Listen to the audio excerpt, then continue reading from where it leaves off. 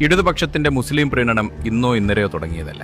EMSന്റെ കാലത്ത് തന്നെ തുടങ്ങിയതാണെന്ന് പിണറായി വിജയനെ വേദിയിലിരുത്തി അബ്ദുൽ നാസർ മദനി വെളിപ്പെടുത്തുന്നു. മലപ്പുറം ജില്ലയുണ്ടായത് വികസനത്തിനല്ല, മറിച്ച് ഒരു പ്രത്യേക സമുദായത്തിന് വേണ്ടിയാണെന്നാണ് മദനി പറയുന്നത്. മലപ്പുറം എന്ന ജില്ല 1969 സഖാവ് EMS നമ്പൂതിരിപ്പാട് മലപ്പുറം ജില്ല രൂപീകരിക്കുമ്പോൾ ഈ മലപ്പുറം ജില്ല രൂപീകരിച്ചതിന്റെ പിന്നിലുള്ള അദ്ദേഹത്തിന്റെ വളരെ വിദഗ്ധമായ പൊളിറ്റിക്കൽ എഞ്ചിനീയറിംഗ് എന്താണ് എന്ന് മുസ്ലിം സമുദായത്തെ കേരളത്തിന്റെ രാഷ്ട്രീയ ഭൂമികയിൽ കൈപിടിച്ചുയർത്തിക്കൊണ്ടുവന്ന് ഒരു ബാർഗൈനിങ് പവറുള്ള ശക്തിയാക്കി മാറ്റണം എന്ന ചിന്തയായിരിക്കണം സഖാവ് EMS നമ്പൂതിരിപ്പാടിന്റെ പൊളിറ്റിക്കൽ എഞ്ചിനീയറിംഗിൽ ഉണ്ടായിരുന്നത് എന്നാണ് എന്റെ വിനീതമായ അറിവിൽ ഞാൻ വിശ്വസിക്കുന്നത്.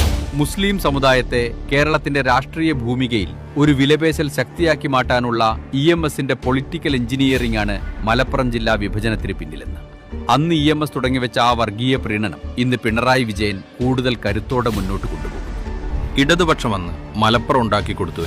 ഇന്ന് UDFലെ മുസ്ലിം ലീഗും അവരെ പിന്തുണയ്ക്കുന്ന സമസ്തയും പറയുന്നത് മലപ്പുറം വീണ്ടും വിഭജിക്കണമെന്നാണ്.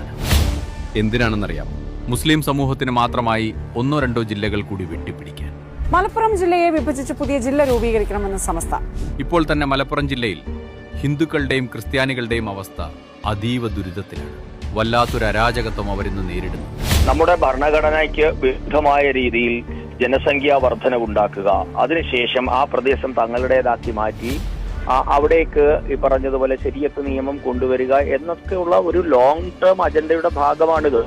2047 ഇന്ത്യയെ ഒരു ഇസ്ലാമിക രാഷ്ട്രമാക്കണമെന്ന ജമാഅത്തെ ഇസ്ലാമിയുടെയും SDPയുടെയും അടക്കമുള്ള മത തീവ്രവാദ സംഘടനകളുടെ നിലപാട് തന്നെയല്ലേ ഇത്?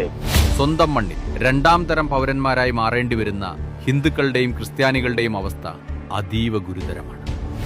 വോട്ടിനു വേണ്ടി ഇടതും വലതും നടത്തുന്ന പ്രീണന രാഷ്ട്രീയത്തെ തിരിച്ചറിയുക.